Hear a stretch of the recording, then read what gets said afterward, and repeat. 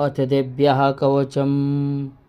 ॐ अस्य श्रीचण्डीकवचस्य ब्रह्मा ऋषिः अनुष्टुप् छन्दः चामुण्डा देवता अग्न्या सोक्तमातरो बीजं दिग्बन्धदेवतास्तत्त्वं श्रीजगदम्बा प्रीत्यर्थे सप्तशती पाठाङ्गृप्टे वेञ्जपे विनियोगः।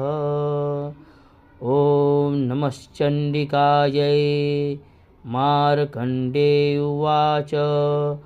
ॐ यद्गुह्यं परमं लोके सर्वरक्षाकरं नृणां यन्न कस्यचिदाख्यातं तन्मे ब्रूहि पितामह। ब्रह्मोवाच।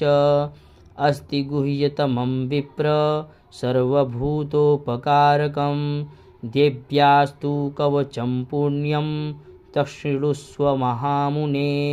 प्रथमं शैलपुत्री च द्वितीयं ब्रह्मचारिणी तृतीयं चन्द्रघण्टेति कुष्माण्डेति चतुर्थकं पञ्चमं स्कन्दमातेति षष्ठं कात्यायनीति च सप्तमं कालरात्रीति महागौरीति चाष्टमं नवमं सिद्धिदात्री च नवदुर्गाः प्रकीर्तिताः।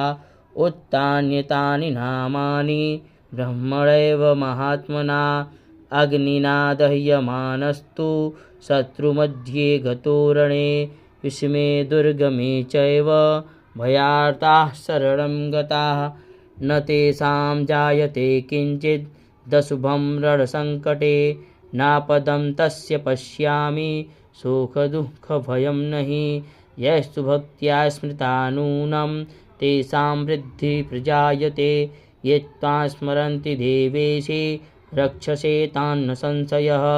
प्रेतसंस्था तु चामुण्डा वाराही महिषासना ऐन्द्रे गजसमारूढा वैष्णवे गरुडासना माहेश्वरी वृषारूढा कौमारी शिखवाहना लक्ष्मीः पद्मासना देवी पद्महस्ता हरिप्रिया श्वेतरूपधरा देवी ईश्वरी विषवाहना ब्राह्मी हंससमारूढा सर्वाभरणभूषिता इत्येता मातरः सर्वाः सर्वयोगसमन्विताः नानाभरणशोभाढ्या नानारत्नोपशोभिता।